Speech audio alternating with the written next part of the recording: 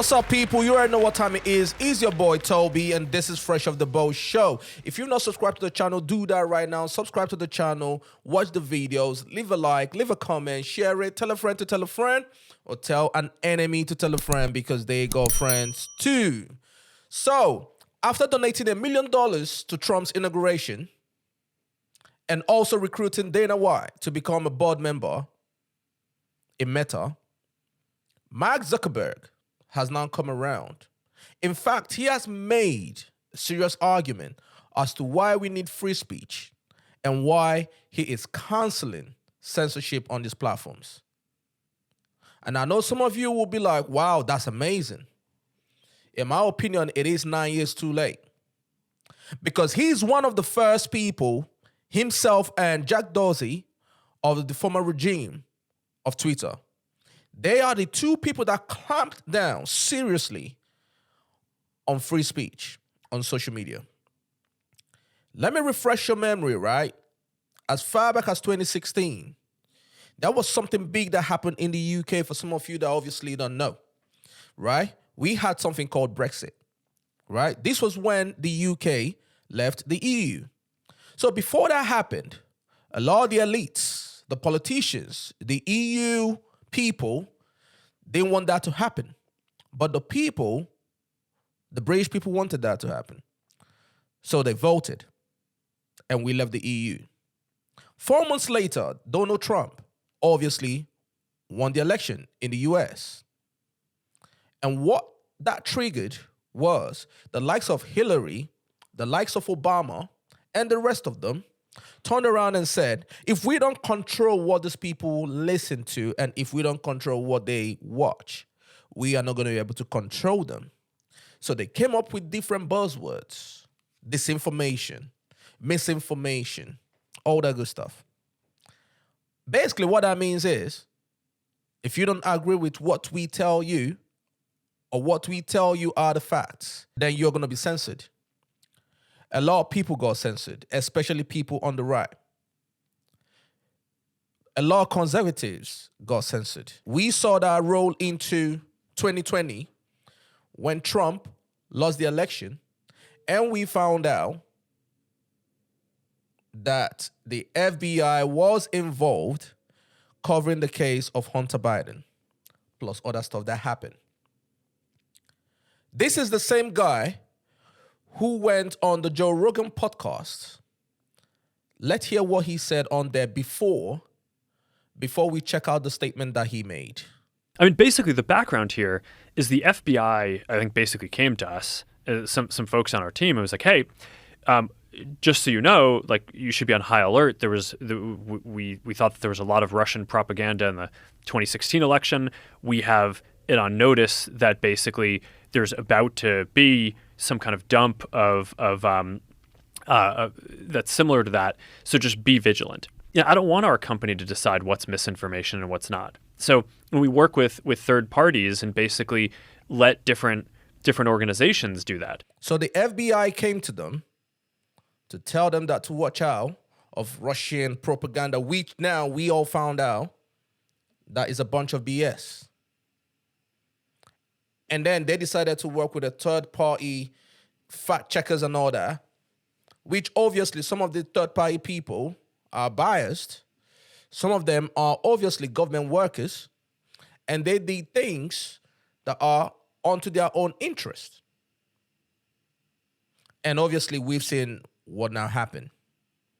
Coincidentally, Trump has now won.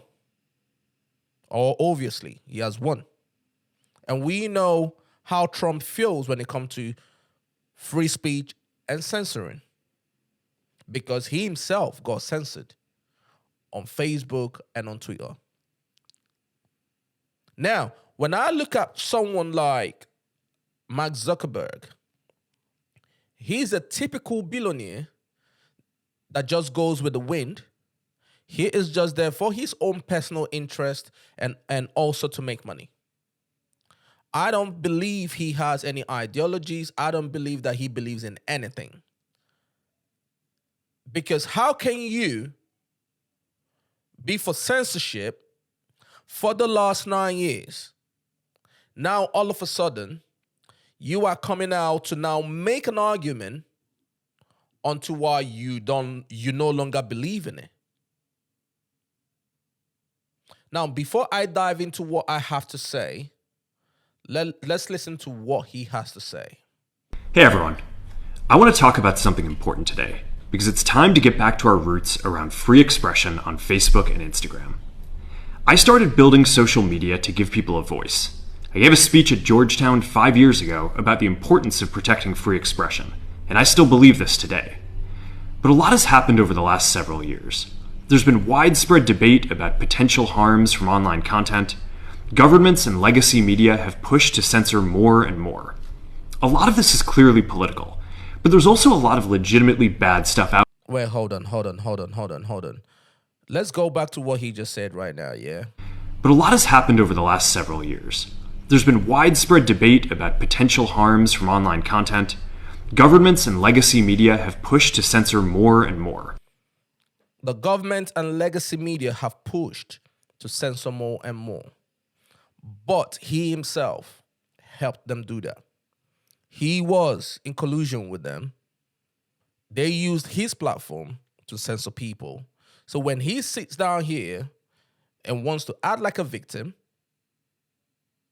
that's unacceptable. That's totally wrong. And we should be able to call that out and say, you are part of the problem, Mark Zuckerberg. You played ball with them. You got in bed with them. And you violated people's freedom of rights and freedom of speech. A lot of this is clearly political, but there's also a lot of legitimately bad stuff out there. Drugs, terrorism, child exploitation. These are things that we take very seriously, and I want to make sure that we handle responsibly. So we built a lot of complex systems to moderate content. But the problem with complex systems is they make mistakes. Even if they accidentally censor just 1% of posts, that's millions of people. And we've reached... Well, they've been making mistakes for the last 9 years, and you did not do nothing about it. These systems, these so-called systems that you put in place, did not just all of a sudden last week start making mistakes. They've been making mistakes for the last 9 years. And people have been telling you about it. He didn't do nothing about it. At all. Reached a point where it's just too many mistakes and too much censorship. The recent elections also feel like a cultural tipping point towards once again prioritizing speech. So we're going to get back to our roots and focus on reducing mistakes, simplifying our policies, and restoring free expression on our platforms. More specifically, here's what we're going to do. First, we're going to get rid of fact checkers and replace them with community notes similar to X, starting in the US. After Trump first got elected in 2016, the legacy media wrote nonstop about how misinformation was a threat to democracy. If you remember, I just played a video at the beginning of my speech and all that, right? That he was on the Joe Rogan podcast, and he even said that the FBI came to him and his company to tell him what to do. And obviously they did it. And also Elon Musk exposed Jack Dorsey was also in collusion with the FBI as well. Because censorship was really deep when it came to Twitter.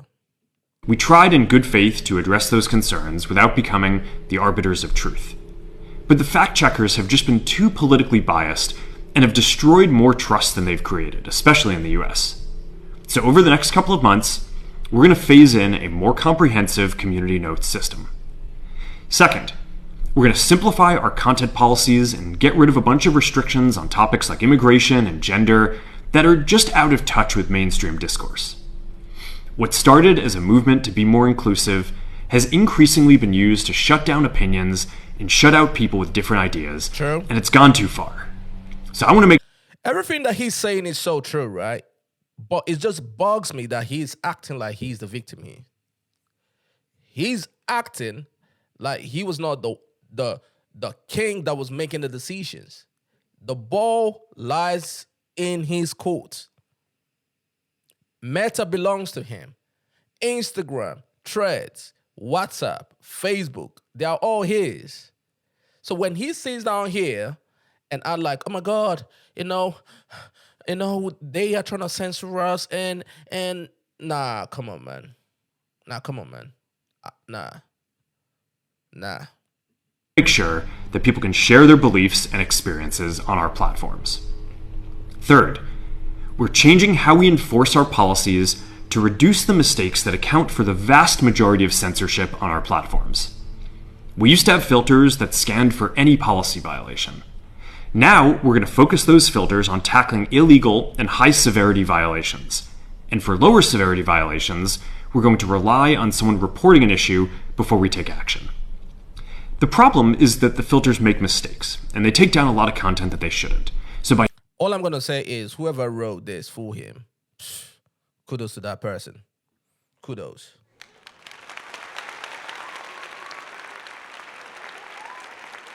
You know what I mean? Whoever wrote this for him, kudos to them and everything. And also, I don't know if you've noticed, right, lately, he's kind of grown out his hair and all that. He's kind of hanging out with a lot of cool people now. You know what I'm saying? He's not rocking chains and T-shirts and all that kind of stuff. Like, yeah, I mean, he looks good.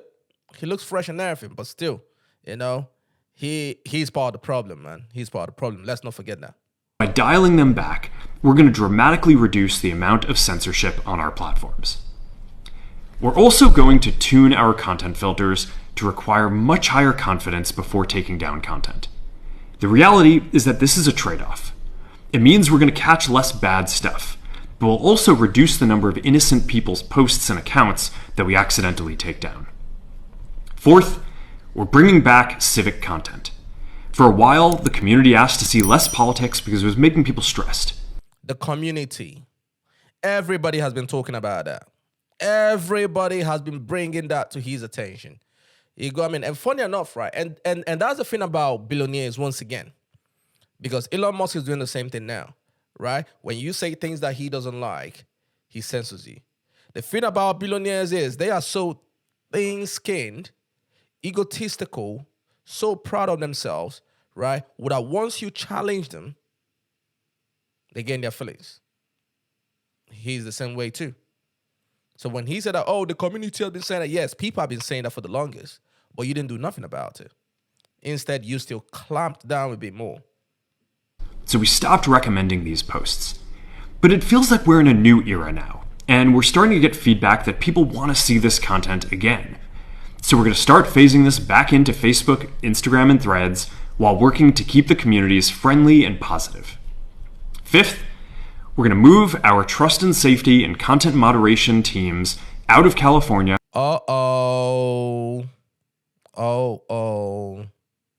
Don't tell me that he's going to Texas, because all of them are going to Texas now.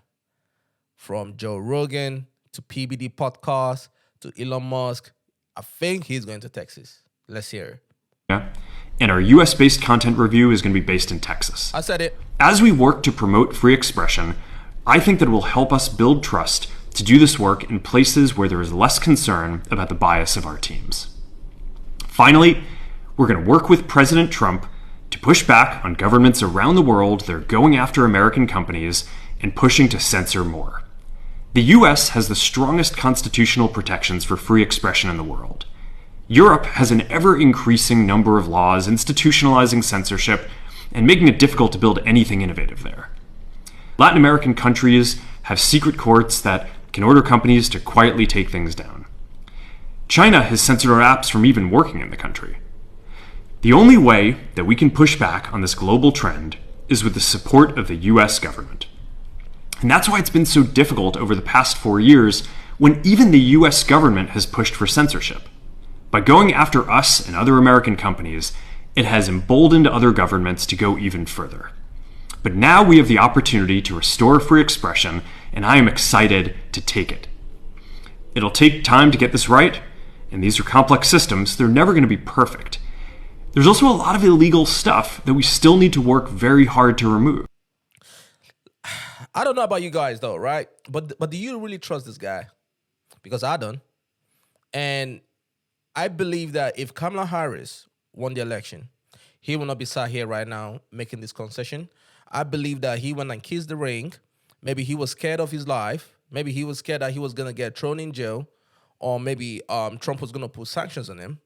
Right? Now, he now sat here making this concession, because I believe in August, yeah, I'm just going to pull this up real quick. He dropped a letter online in August, yeah, talking about the role the FBI, yep, this is it right here.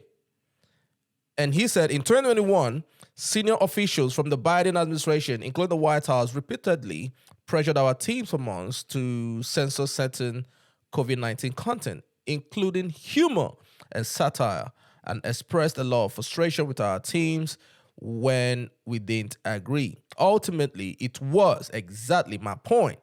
Ultimately, it was our decision whether or not to take contents down. And we own our decisions, including the COVID-19 related changes we made to our enforcement in the wake of this pressure. I believe the government pressure was wrong, and I regret that we were not more outspoken about it. Go and read this letter and everything, which goes back to my point. The ultimate decision lies with him. So when he sits down there and he's talking about what the government did and this, man, just shut it. You get what I mean? You got to take this L. You're 9 years late to this. You have to at this point, yeah, build people's trust. Have people trust you again, right? You have to be an absolutist when it comes to free speech. And that's how we're going to believe you or trust you again. You get what I'm saying? But let's see how this thing goes anyways. Let's see how this thing goes. All these people are coming around right now, you know, from the Tim Cooks of the world to Mark Zuckerbergs of the world to the Amazon guy of the world. You go, I mean, let's see what Trump's administration is going to be like. It is going to be very, very interesting. You go, I mean. But anyways, leave your thoughts in the comment section. Tell me what you think about this soliloquy from Mark Zuckerberg, right? And where do you think this is going to go? Watch the videos, leave a like, subscribe to the channel. Fresh Off the Boat Podcast or Fresh Off the Boat Show. It's your boy Toby. Salute.